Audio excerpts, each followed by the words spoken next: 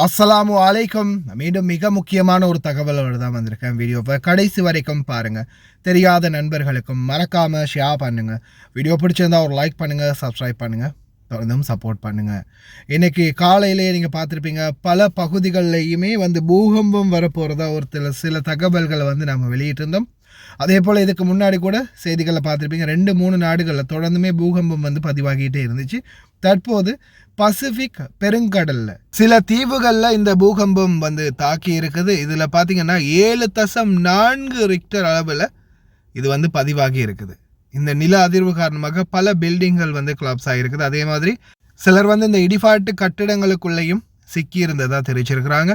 அது சம்மந்தப்பட்ட சில வீடியோ காட்சிகள் வந்திருக்குது, பாருங்கள்.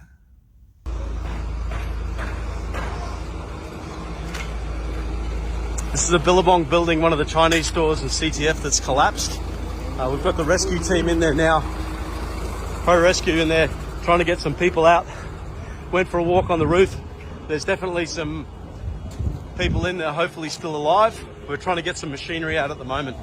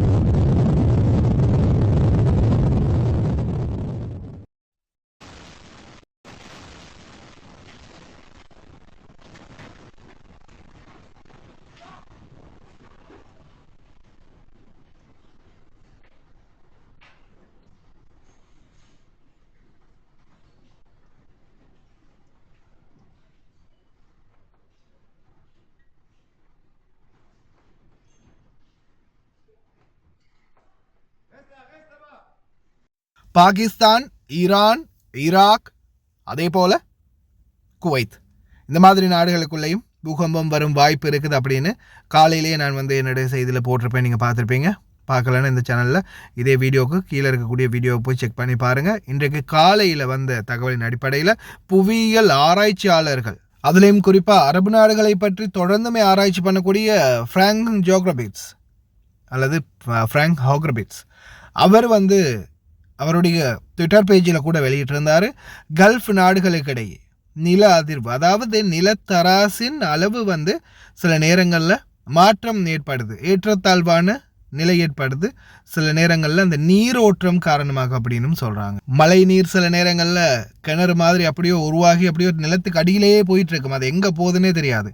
ஆனால் அது சில நேரங்களில் அந்த நிலத்தராசை சமநிலைப்படுத்தாத காரணத்தால் இந்த மாதிரி ஆகும் அப்படின்னு சொல்கிறாங்க. அல்லாஹு ஆலம். ஏதோ முடிஞ்ச வரைக்கும் பிரார்த்தனை பண்ணிக்கோங்க, ரொம்ப கவனமாயிருங்க, தவறுகளை தவிர்த்து நன்மைகளை தேடுங்க. முடிந்த வரைக்கும் எதிர்வரும் காலங்களில் குளிர்காலம் இன்னும் அதிகரிக்க போகுது, அதால் தயவு செய்து ரொம்ப கவனமாக இருங்க. ஓகே ஃப்ரெண்ட்ஸ், கடைசி வரைக்கும் பார்த்து எல்லாருக்குமே ரொம்ப நன்றி. தெரியாத நண்பர்களுக்கும் ஷேர் பண்ணுங்கள், வீடியோ பிடிச்சிருந்தா ஒரு லைக் பண்ணுங்கள், சப்ஸ்கிரைப் பண்ணுங்கள்.